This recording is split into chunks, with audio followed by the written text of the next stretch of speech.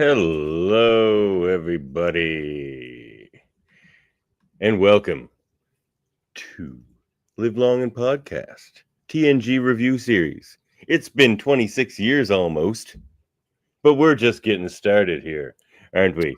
I am your host tonight, acting Captain Davan. Just look at that face. The face of a thinker. A warrior. Well, I mean, I do have a fine, full, dignified beard. One which commands respect and projects thoughtfulness and dignity. I mean, from the mouth of the android, right? But how could we possibly describe the person to my right here, my co-cutor of Trek, other than arguably the greatest human mind in the universe? And the picture of humility.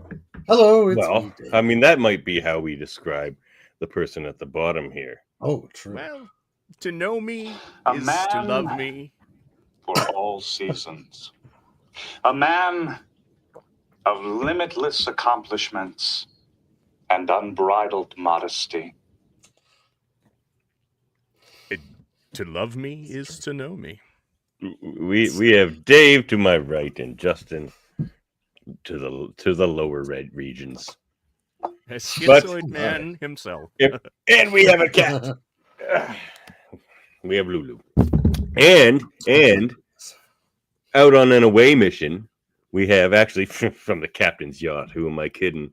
They're taking it easy. Away. We've got Captain Dave and Adam from the Star Trek cruise. How's it going, fellas? Ahoy, hoy. We can't hear them. Oh, we can't hear you guys. But they're glad to be here. Hey! There we go. Now we're here. There we go. From the USS Explorer on the high seas. So we need to send you guys somebody from engineering over there. Exactly. Yeah, maybe. Well, Jane's gonna go get the earbuds so we can probably hear better. oh, you guys can't hear us that well, eh? No, we can hear you. We can hear you. Speak up, though. Yeah. We're here on the promenade of the Star Trek The Cruise. Yeah, I see. This is not a fake background. Yep. We've got turbo lifts going behind Turbo us. lifts all around us.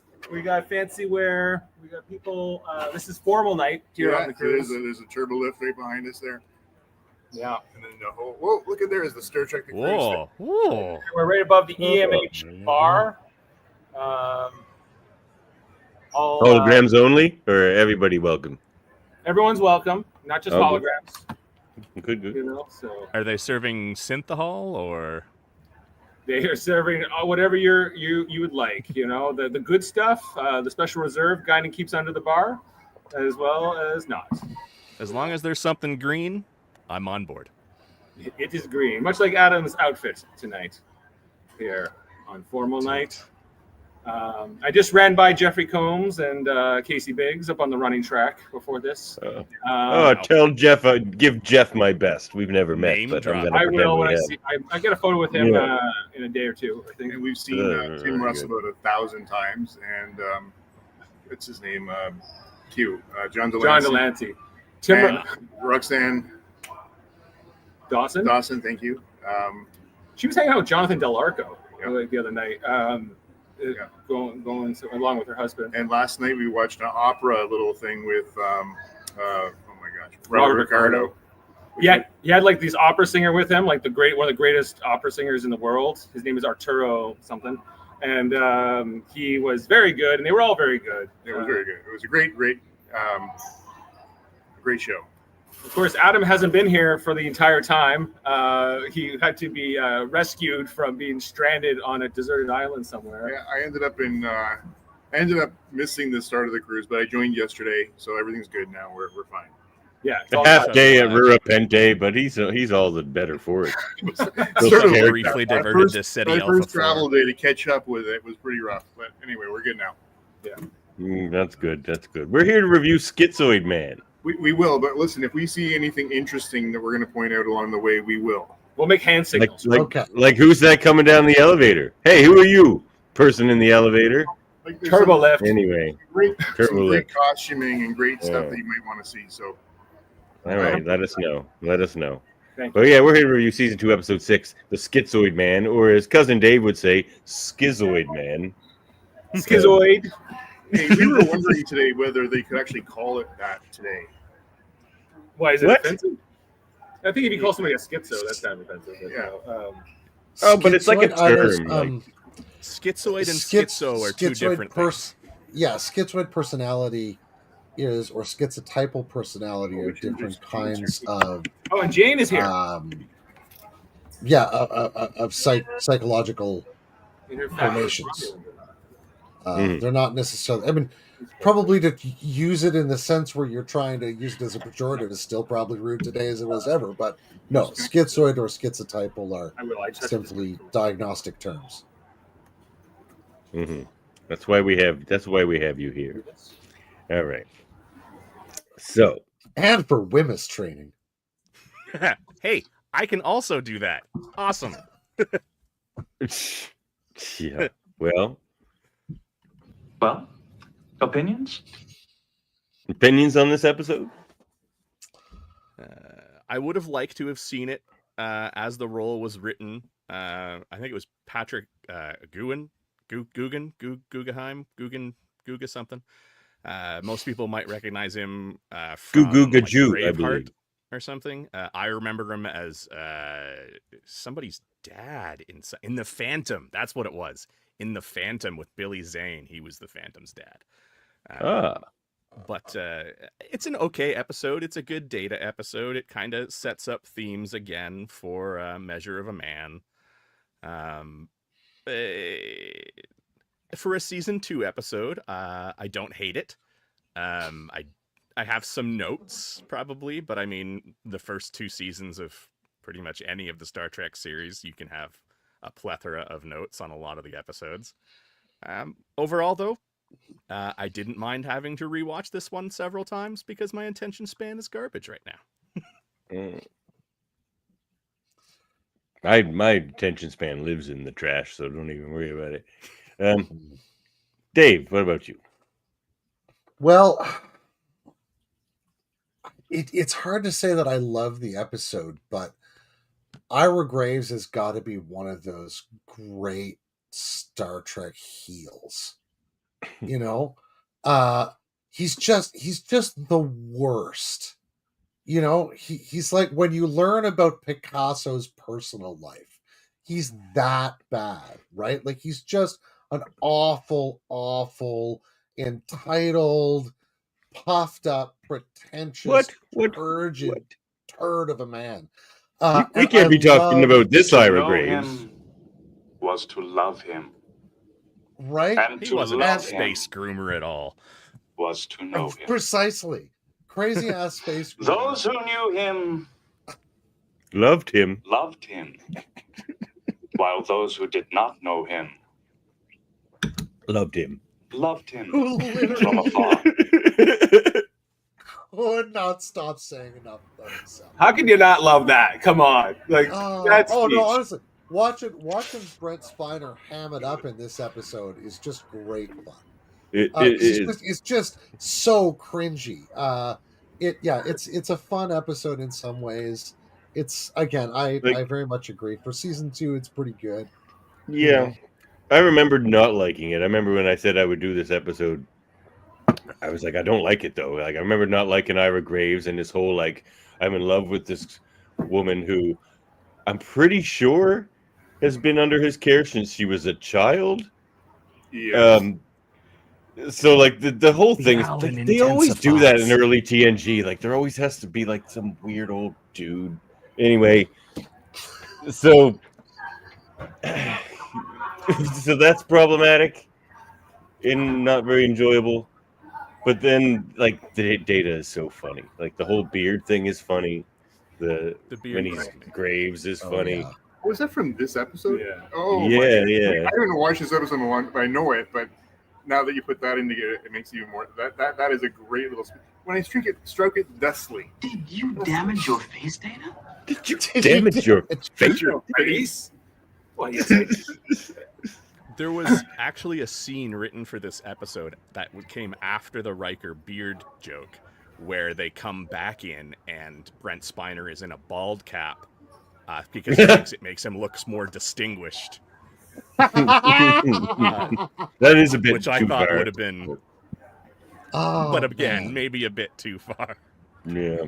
Amazing. This is a Tracy Right. Torme script, Yeah. and I think it shows.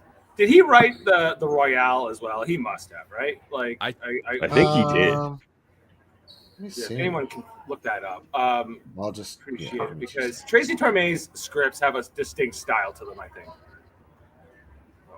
Yeah. Can you I say a little bit more about what you note about that style? Yes, there's Royale this affinity. was. Hello. Sorry, I think. Are we freezing on you? Yeah, you're fine. Are you cold? Put on a sweater. Oh, don't worry. No, we're sunburned to hell, so we're Okay. not cold. We're lagging. We're lagging a bit. The internet, we're on a cruise ship, guys. You guys, Starlink. yeah, Starlink. Oh, It's raining tribbles and Andorians here, I'll tell you that much. That's for sure. crossing through time zones. Yeah, but I think that the Tracy Torme style is, I don't know, like this real like affection for like the past and so, like the big goodbye and sort of bringing that kind of crossover of genres into the science fiction realm. So going for stuff like A Piece of the Action and those kinds of episodes from the original, and kind of trying to recreate some of that. Right on. Yeah. Yeah, Tracy Torme, if our viewers don't know, was a bigwig writer from Sliders too. Really influential on Sliders. I And love you can really see Sliders. that tone. I did carry not know over that at all. He was the into showrunner that on Jerry Sliders. McConnell vehicle. Indeed. Also the son of Mel Torme. Yeah. Of course. I was Velvet gonna Fog. ask. Wasn't Mel Torme? Is that the Velvet Fog? Is that Mel Torme? That's him, the one and only. Oh, that's that one. And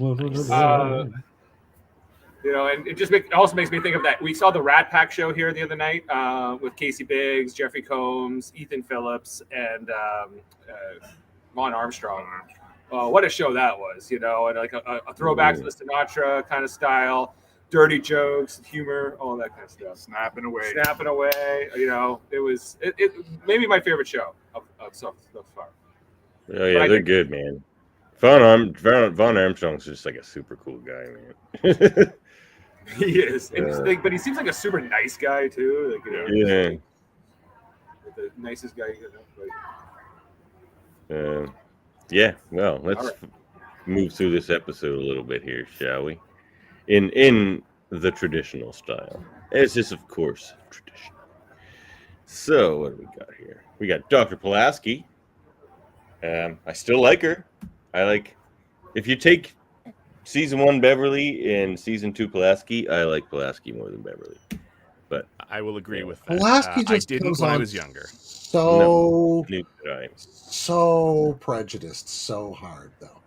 She Pulaski's gets just over that like though, the space and like wig.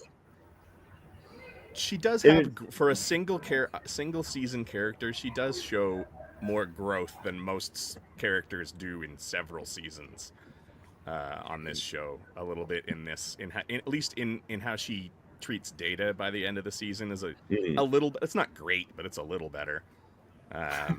But I don't know. I like her because she reminds me of me. She's just curmudgeonly. She doesn't have time for your bullshit. A little bit more prejudice towards. Well, I mean, I don't like toasters either, but Data's not a toaster. But But yet. so yeah, I don't know. I think her grumpiness fits well in my over 40. I don't have a lawn, but if I did, get the hell off it attitude. Yeah, very McCoy-esque.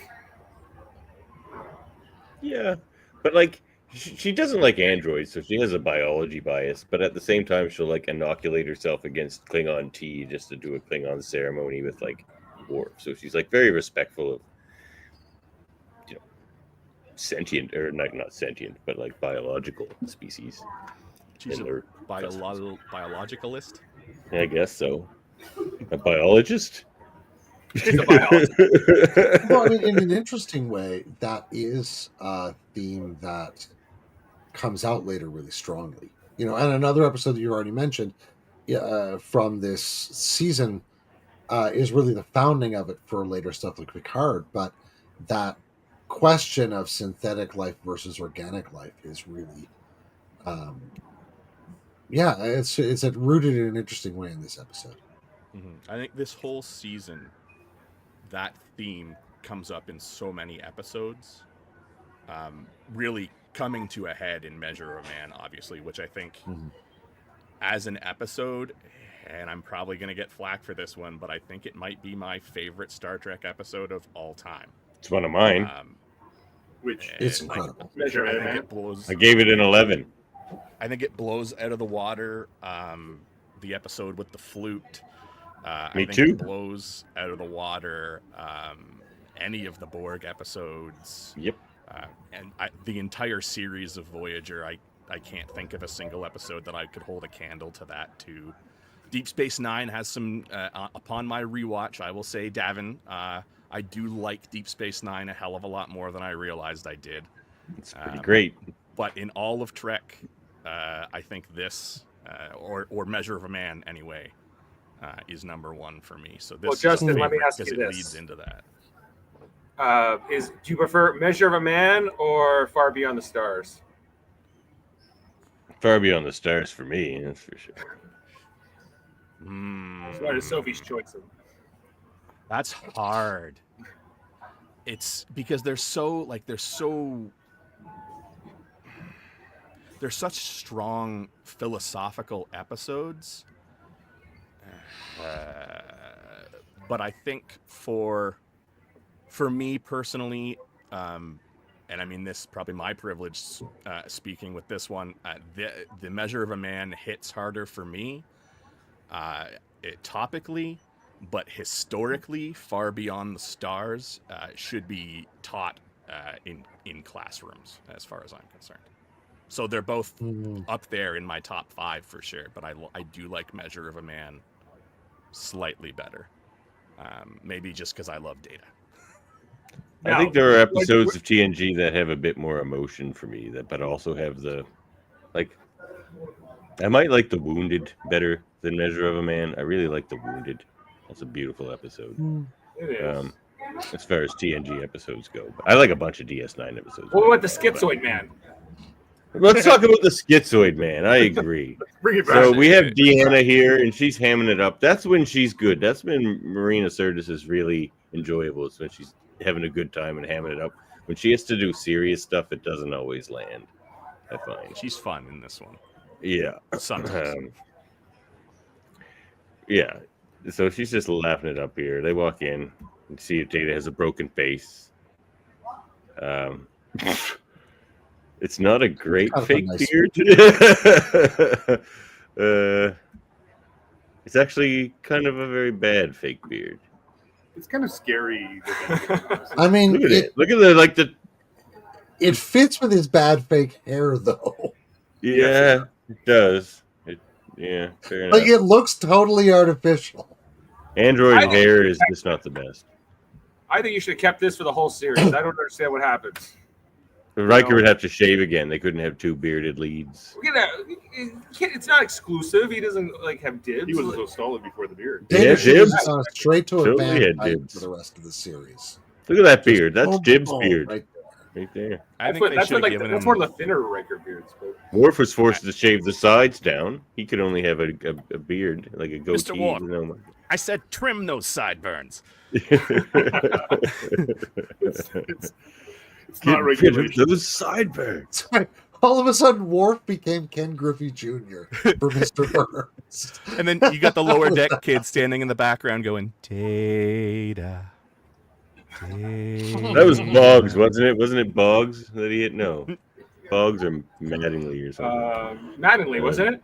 Yeah, it was Mattingly. Yeah, Mattingly. With the sideburns. It's like, I still like him better than Steinbrenner. God, we're dating ourselves here. I mean, we are reviewing an episode from 1989. So We are. That might It's be all a topical moot stuff. point. So, look at young Wesley on the bridge there.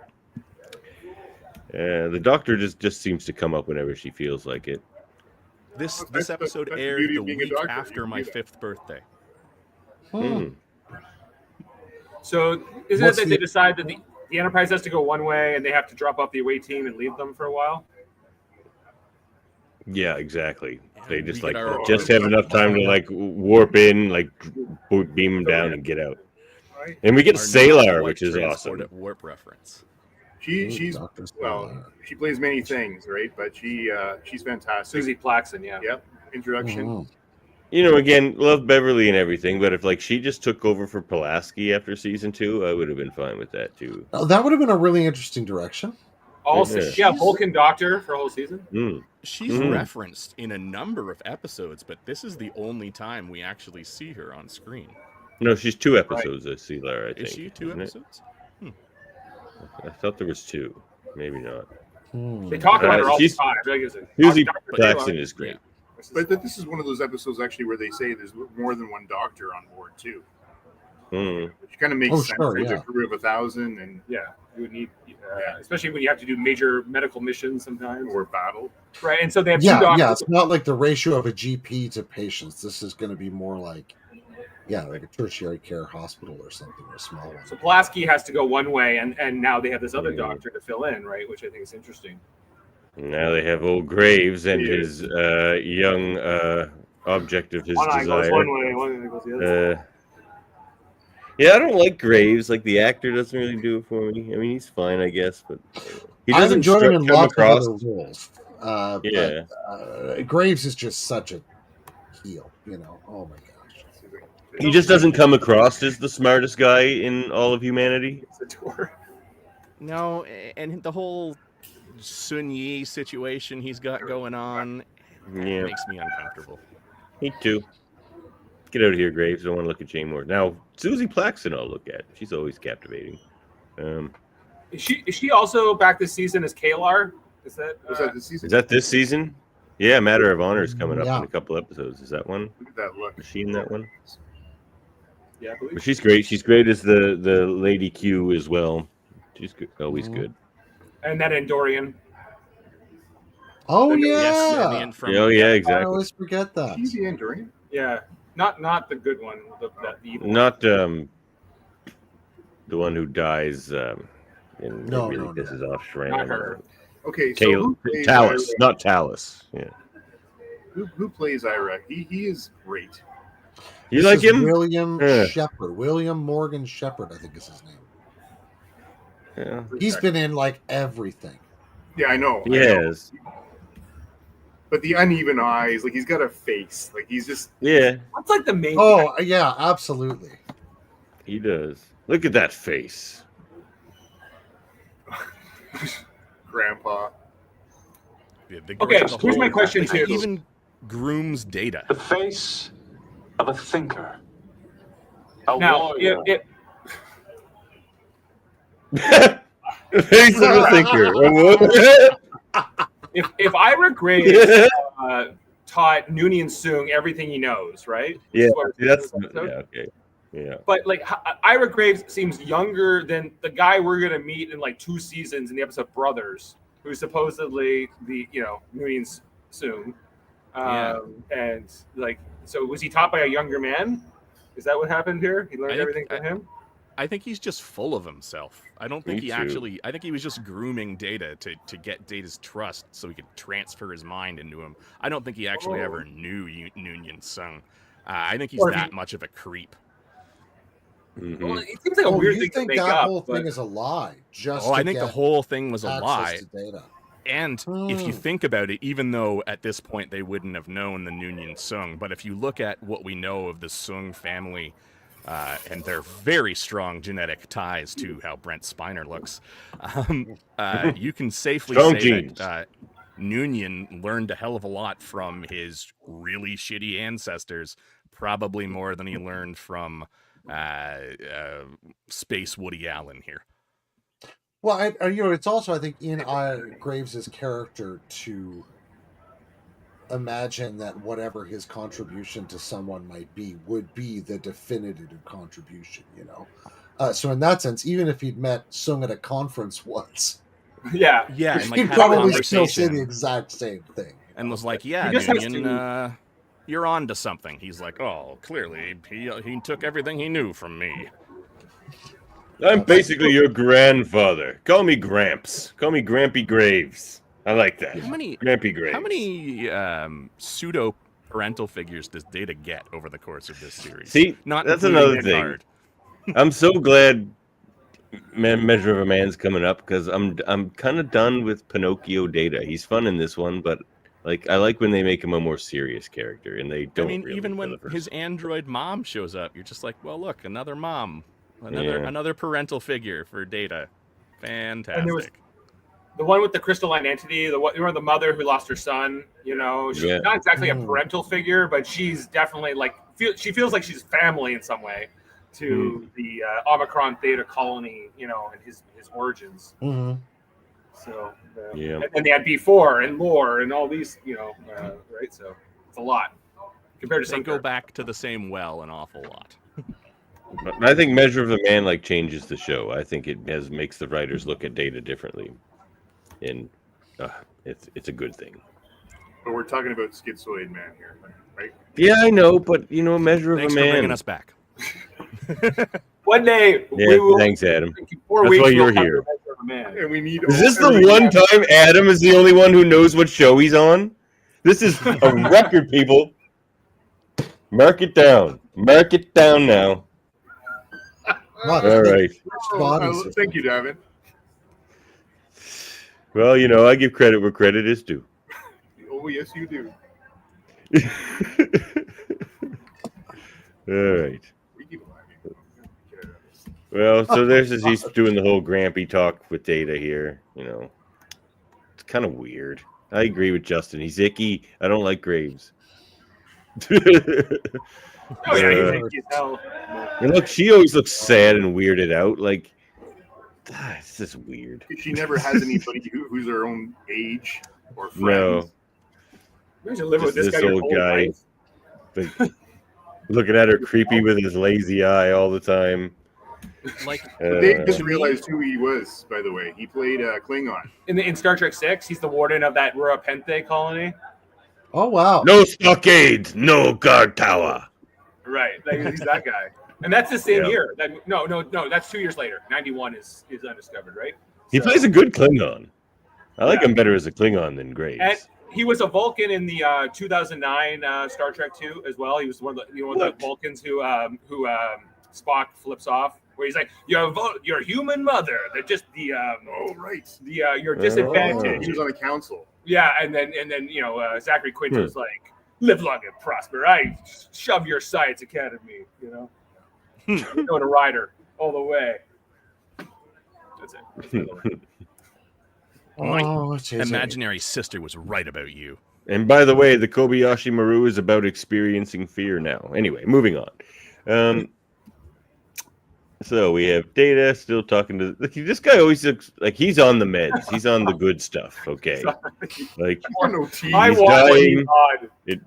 Yeah, you sure do. You're on vacation. They should be giving that stuff out. There should be a little booth up where you're at, and it's just like Ira Graves meds. We have to go to the Rise of Raves for that stuff. It seems like space trazodone has come a little ways by the 24th century. What is Worf's role on this away team? Security. Security. The Security doctor. What? Graves' ego. Yeah. Marina and Dr. Soler. It seems like overkill to have a guy with a phaser on this like away mission that has no conflict whatsoever. That's true. That's No, true. no. Dave, even by this point in this series, would you trust any outpost scientist? No, and this one is no exception. This one is. So now they're finally taking precautions. We call it the outpost scientist isolation. defense pattern alpha, and It's like this isolation in these outposts just does something to people. Right. Worf should have shot first and asked questions later, like he likes to. Yeah. Except he's trying to outpost do scientist here. And what got happened? it, sir. One eye was looking at me, and his whole identity came from him, right? So one eye was looking at me, and one was looking for me.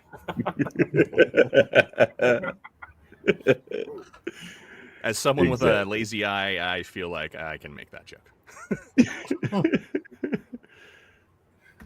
lazy eye So crime. what is her name, by the way? Is she a name? Blondie. Okay. Yeah, they do. I just call her unfortunate victim number 6. Kareen. Kareen. Briannon. Kareen, yeah. She's not here on the cruise, but we would like to have her. So this is the first time it's Graves and not Data right here. He's talking to Picard. And Picard, No way. again, When it comes out and Picard, announces he's dead, it's already What? Graves. If you go back, yeah. when he comes out of Graves' Oh, right. he's already in there. Yeah, right there. Look at that. That's He's great. already there. Yeah, that's great. Ominous. Good call. I think he should have drooped one eye. That's just me. Well, he comes It out would've given him so melodramatic all of a sudden.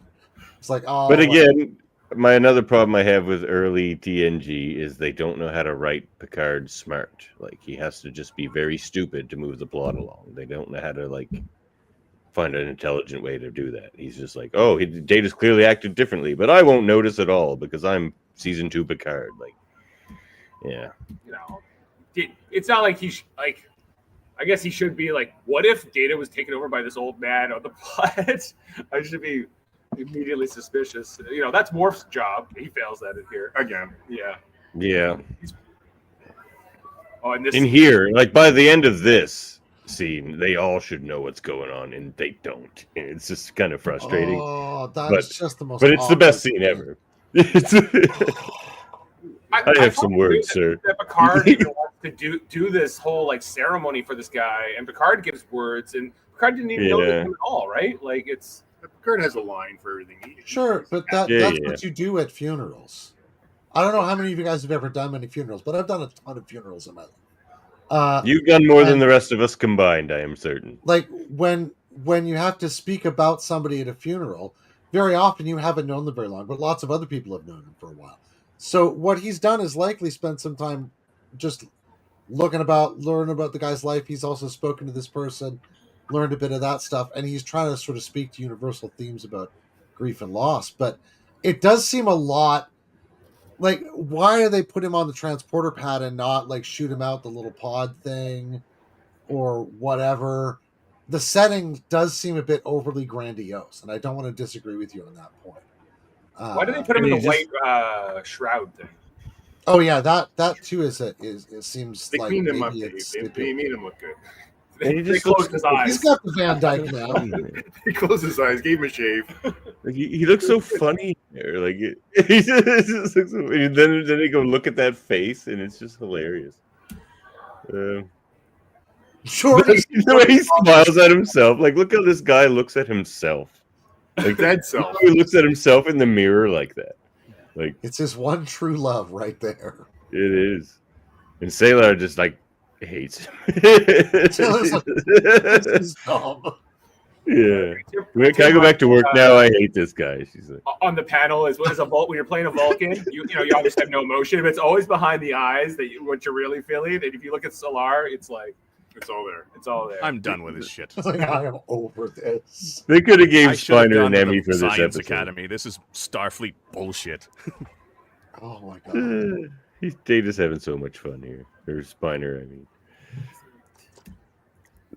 But yeah, another little nacelle shot there. Good looking nacelle. The Sard collector. Yeah, look at that collector. Collecting all the Bussards. Hydrogens.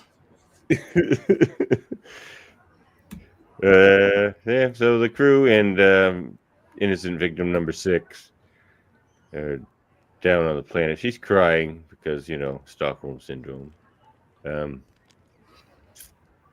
Picard's talking to Joy Data. goes Still down. doesn't know it's Graves because stupid Picard. What do you want him to be like, Dixon Hill here? He's gonna figure this out in like 2 scenes. No, I want him to not be completely oblivious to everything that's going on always, like he is in the first 2 seasons. Like he is so stupid.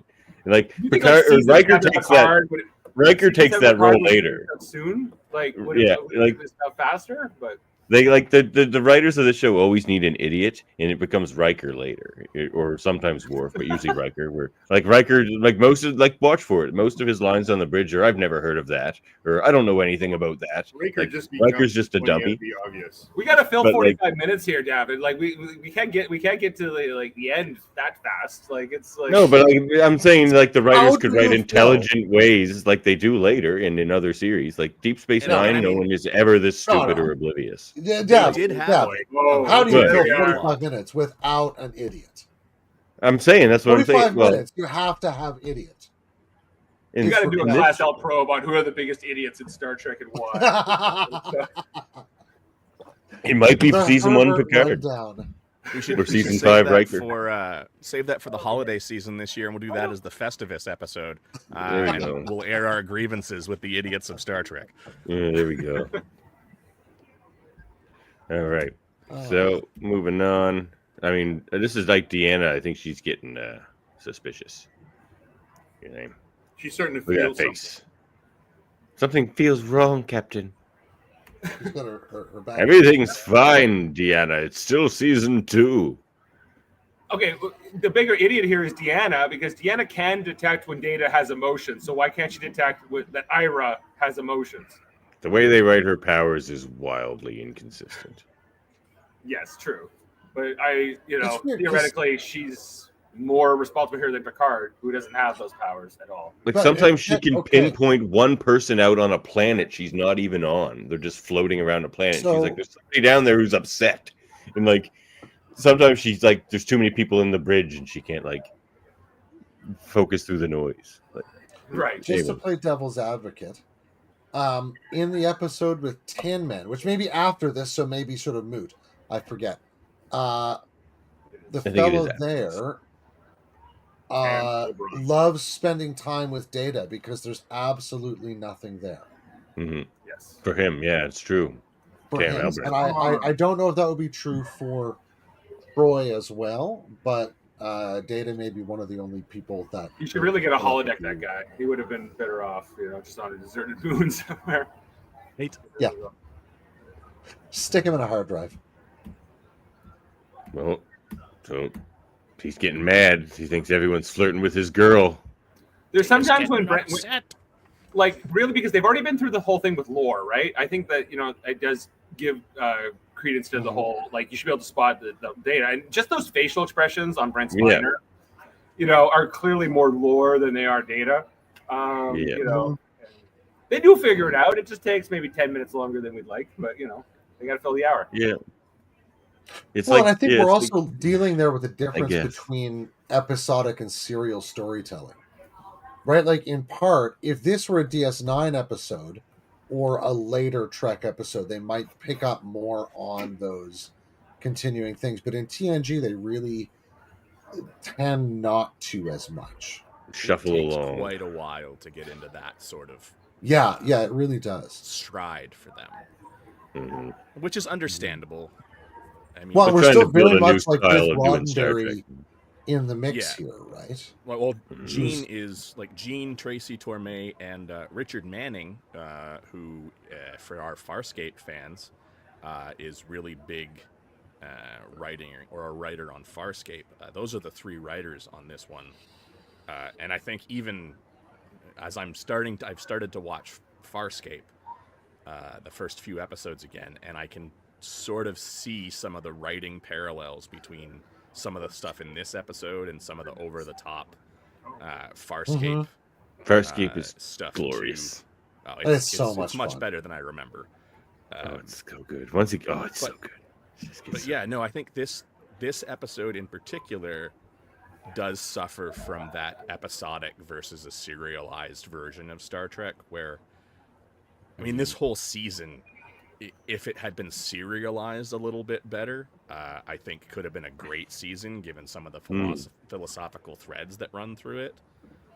But like you said, I mean, this is 89, right? Like, they didn't even know they were going to have a second season. It was all shook up because of the behind-the-scenes stuff, too. So given all of that, I'd say they do pretty well in this episode. One of the better ones so far, up to this point. And definitely a strong Deanna episode for me, even though her powers are typically wildly uneven. Oh, and here's where he's coming. There's where Data comes to confess. Oh, look at It's the. just like, I can love you now like I wanted to. Like I always wanted to. It's like, what? Always? Always wanted to? What do you mean always? Like, tell me that's not the face of a man who's about to say, well, yeah, fully functional. Really Several techniques. Quite the woman. Got an android. Yeah, a handsome woman. Yeah. You wouldn't believe the techniques this android knows. I will rock your Fully socks off. functional. Even though I raised Yeah. you like a daughter, and like this is like It's so creepy. It's so creep. It's so cringe. You know. Guy Sure who's is. in the background off screen, Well, I waving just- a literal his- red flag. Calling His security. sense of ownership is so terrible. Where's Worf on this? Like, where is he protecting people from this man? Come on now. Yeah. Shoot him. Shoot Yeah, him. exactly. Outpost. There he is. Ah, Oh, what just walked in? Oh, I hope he's armed. Yep. He's out. speak of the Klingon. And now they're trying to explain it. Yes, Captain. Haven't you noticed how Data's acting differently? Well, I would have in a couple of seasons, but I just, I was going along for the plot. And then Can I back just to ask a these question? two. Just if you go back to that shot of Solar, part of me has to wonder if, because famously, Diana Muldaur did not get along very well with the cast, really, and in particular with Patrick Stewart. And I wonder if they were already thinking about an idea of having a different guest doctor. Well, that I would be wondered about that. Interesting. Solar would have been awesome. And Pulaski's never technically a regular. No, she's not, and she doesn't. No. Really, but even Crusher doesn't really get good until season 5 or something. Yeah. True. And even then, they don't give her much to do. So they're more of creepy data. Worf's just like, is that Data acting creepy? This Shoot him! is not okay. Shoot him! Data, are you an outpost scientist? No, why would you Please ask? blink twice if you need They assistance. taught us about this at the academy. Look Oh, forward and one look at way. me at the same time.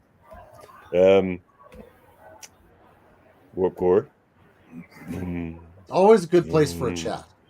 Oh Good heroic yeah, Klingon so conversation. Data's being down very there. threatening here. He's telling Picard not to come up because he might not like it. But he's like such a wimp. Like Picard gets up there, he's just like, "Well, you're lucky I'm not violent." My He's threat was gone from meaningless. being completely full of himself to just being a violent. Like, I don't even okay, it does fit the clinical definition of a schizoid personality. You could draw that it's someone with that condition put into a body without the limitations of a human body might, I guess, go to these extremes. But to me, this felt odd. It did feel to me as well. Someone who had no history of that kind of thing is all of a sudden just smacking everyone. I mean, to me, it smacks more of the fact Yeah, that we're doing a. one of the late stages of human development, right, in terms of late senescence, is ego dissolution. People don't tend to enjoy it very much, but we spend the first 25 or so years of our life building up a self, and then at the end, that self has to come apart as we die, and it'll do it naturally or it'll do it under other processes. And it feels like, in some ways, part of what we're seeing here are things like mirrors of of impulse dysregulation or some of those other features of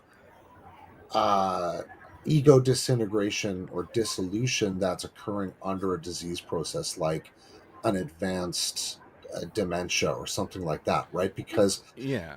sometimes people still have fairly capable bodies, but the disease progress has gone to such an extent that they may lift up a table and carry it around while people are trying to convince them to set it down because it's dangerous, but that's not really what's in their And mind we do get cognition. that scene later where he accidentally injures Kareen because he doesn't Mhm. realize the strength of the android body too. So I mean that could also factor into this scene, like,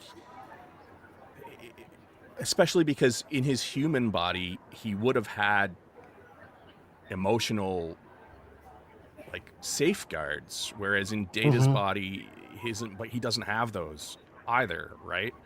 So lashing out might be Oh, yeah. easier because he doesn't have that other emotional intelligence of tempering those impulses as he might have had as a man too. I guess I didn't. That's think interesting. About it that You're way like before. translating it into a different like positronic medium, eh? That Exactly, consciousness. like your brain, I it's see- I not think going I to see what work you the mean. same way. And I think what saves the scene That's a really somewhat too interesting is how quickly he recognizes that he's not acting like himself as well. Because Picard's just like, well, who's the next one? And the next accident. And then he immediately knocks Picard out by accident. He's just like, oh, who is the next one? Just keeps smacking everybody. Picard to bridge, beam Data, Mr. Data into space. You know? I'm assuming. And then fire phasers at at him. Scene there is where some he's just- kernel of lucidity there. It's true. Yep. True. And you feel like there's just about to be that scene where he looks at Data's hands and goes, "What have I become?" Exactly. You're the same jerk you were before. You just got super strength now. Basically. Yeah. So there. The smacked realization look on his smacked face. him down. What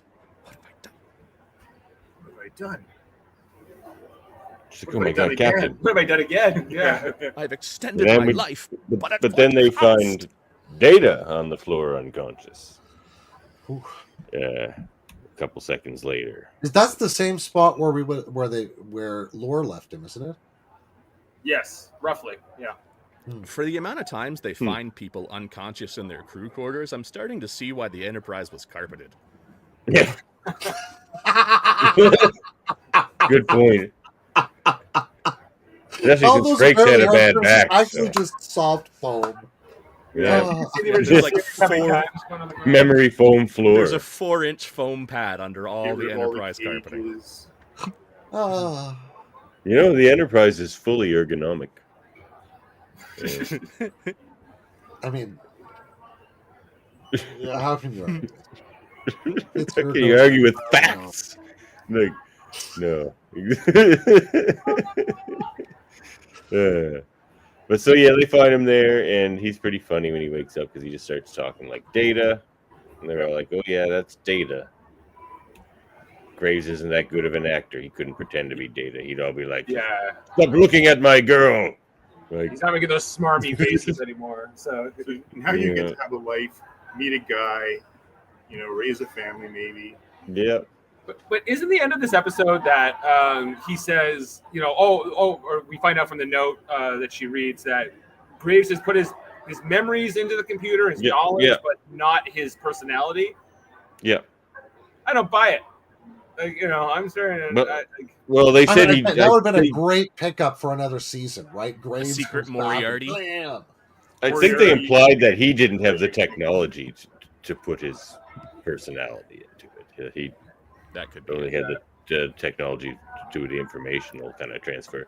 One thing we skipped with her that was a good scene though is when Graves is just like, "I'll make an android body for you too, and we'll both, see the end of the universe together." And she's just like freaks out immediately. She's just like, "I will not let you take my life from me." Like, that's a no from me, dog. Yeah, that's a no. Like, that's not living forever. That's not the life that I want. Like, she's an interesting person. Yeah. So There it is, going into the computer. Dr. Ira Graves, PhD. It's Peter Creep.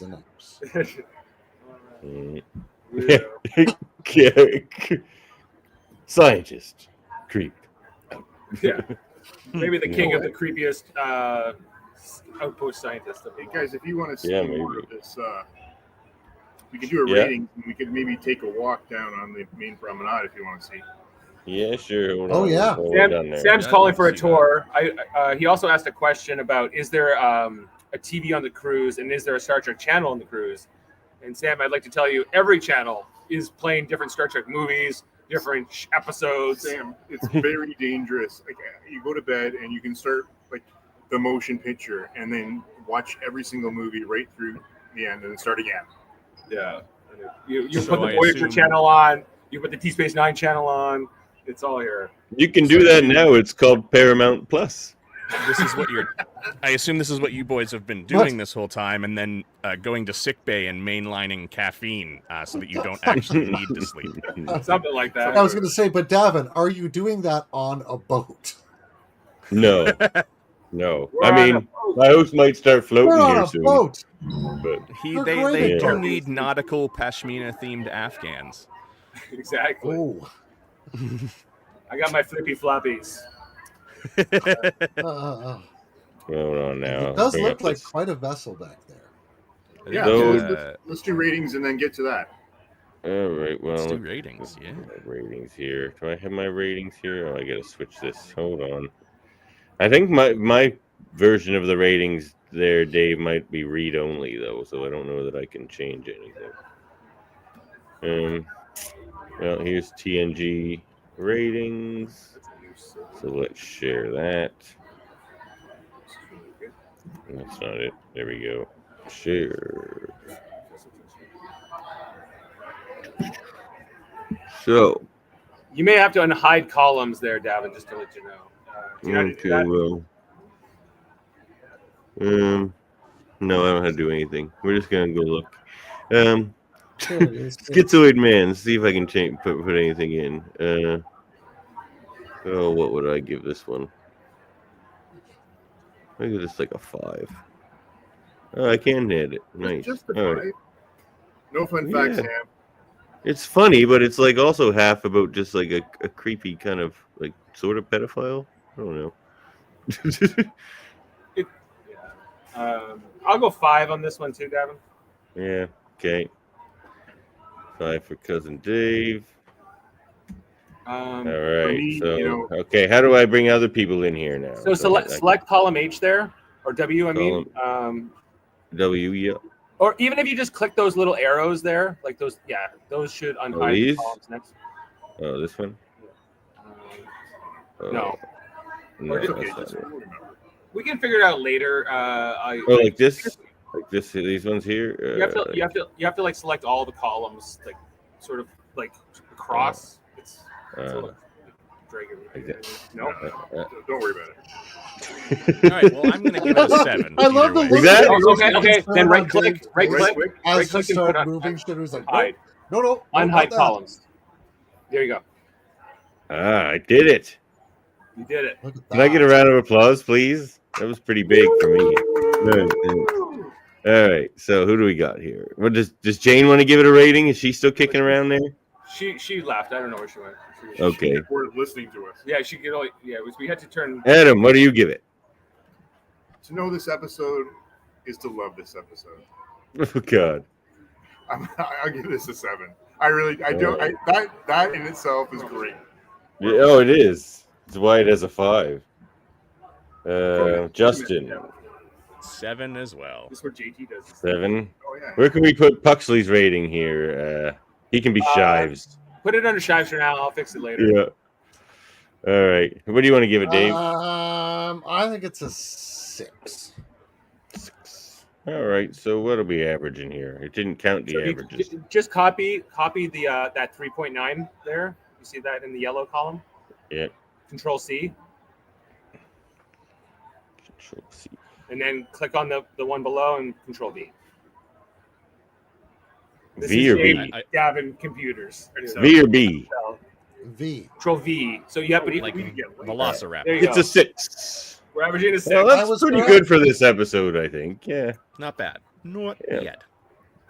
bad. So just I'll put this out for the record of note.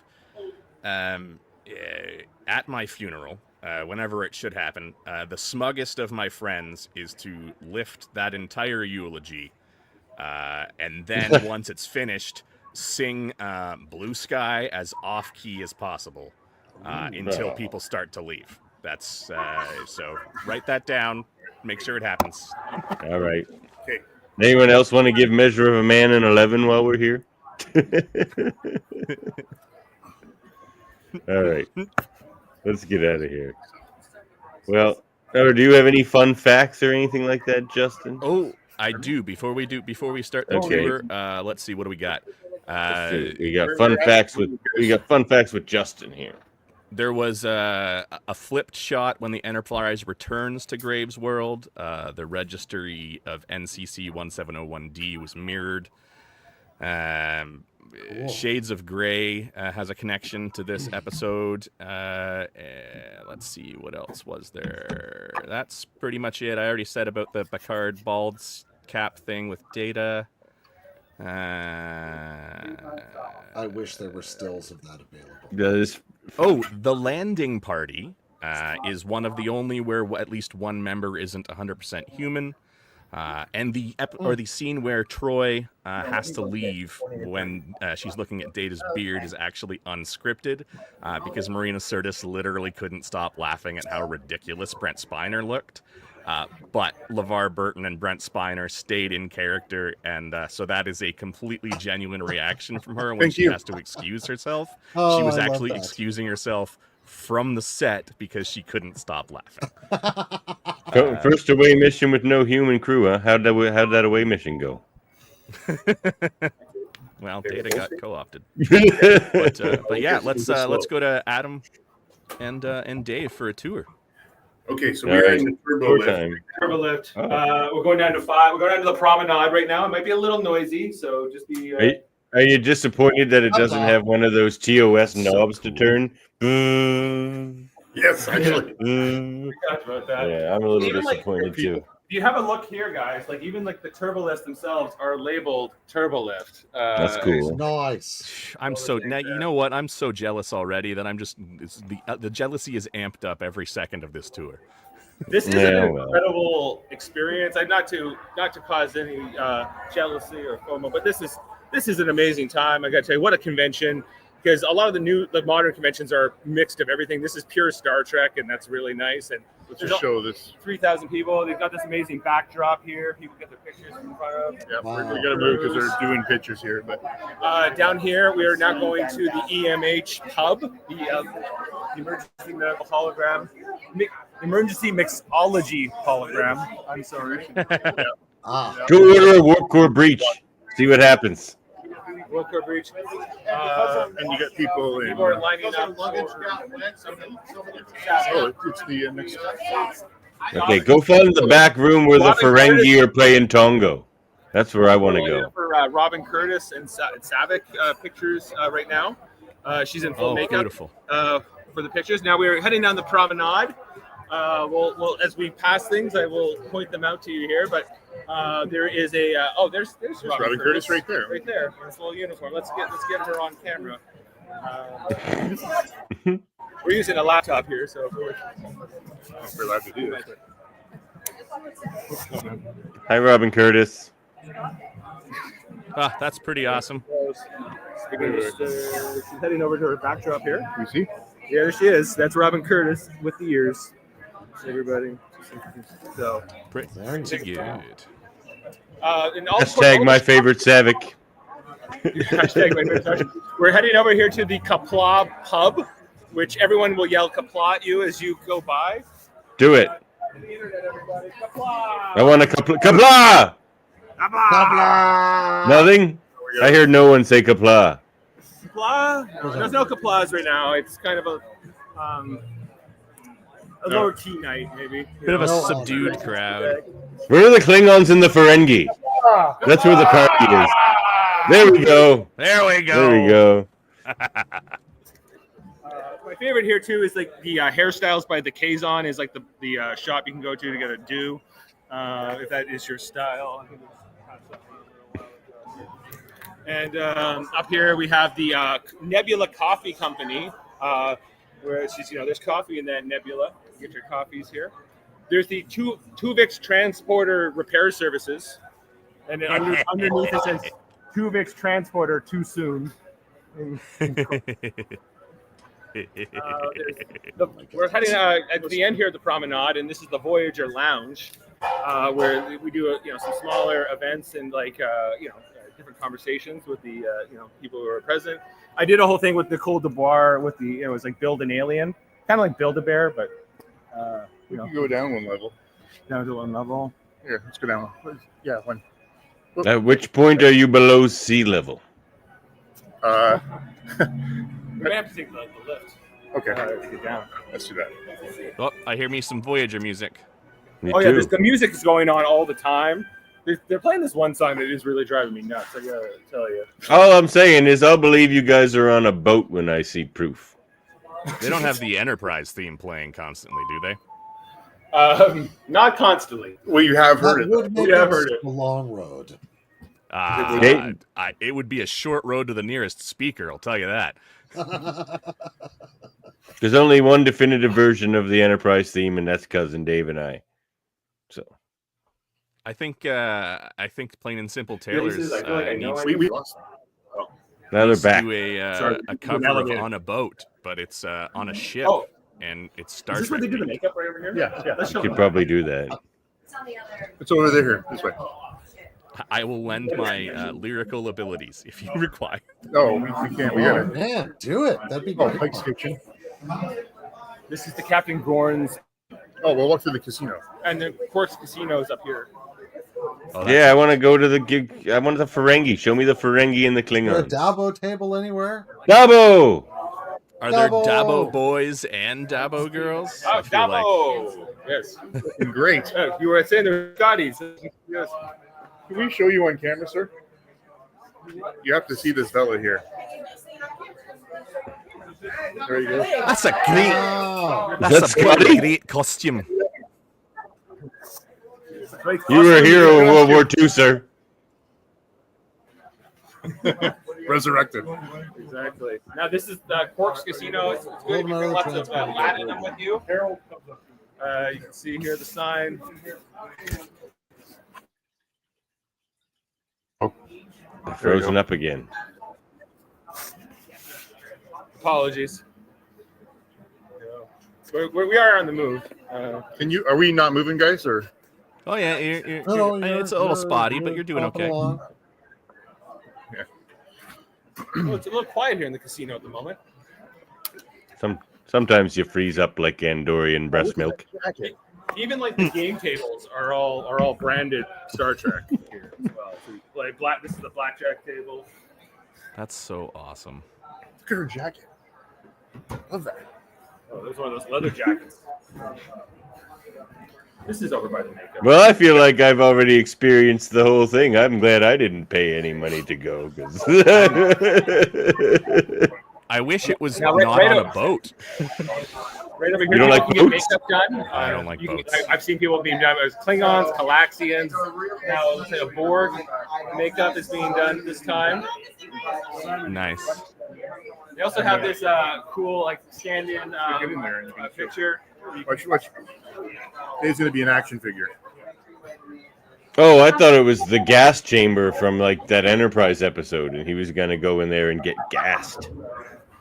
Remember, Dave, I am and always will be your friend. Mhm. I think Yeah. we're coming to an end of this tour right now. But All right. Well, I guess we're coming to the end of this Going on. podcast. Well, thanks for an impromptu tour of the SS wherever you Some- are. We're on the USS Explorer. Explorer. You know, it's in the funny Crimson that's the Sea. name. That's the name of the artificial Star Trek ship that I invented when I was like 11 and used to write fanfic Yeah, sure. stories about. Nice. I was Hey, on the USS Explorer here. Pose. We're getting a picture taken, everybody.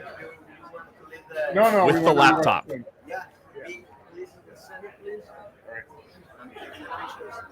Hey, smile, everybody.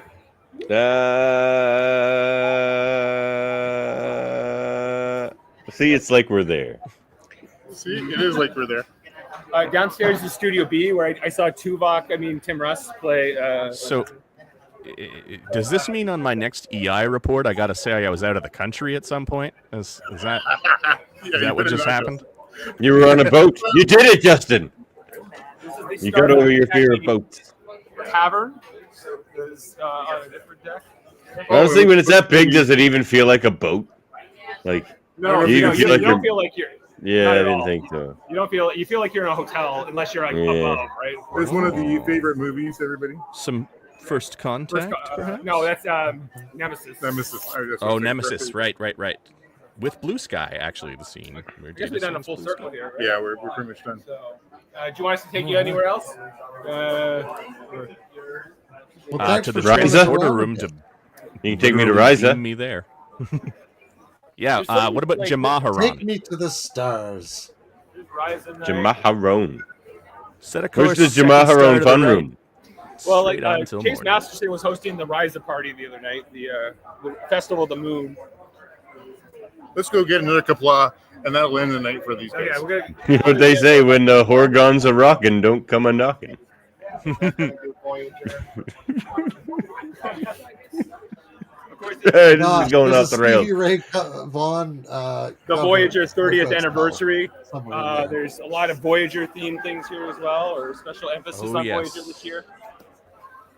Oh yes, very much looking Robert forward to McNeil that. had to leave, and Kate Mulgrew joined with Adam.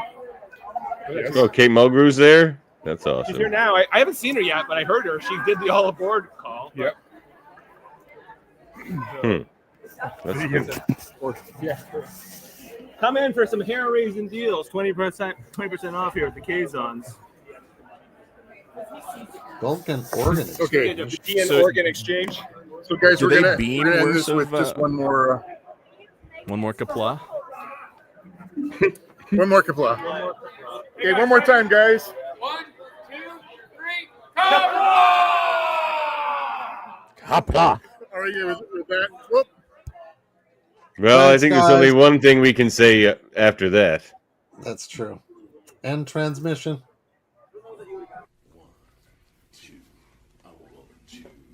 They say resist is futile. That individual is out of style. It's a sin.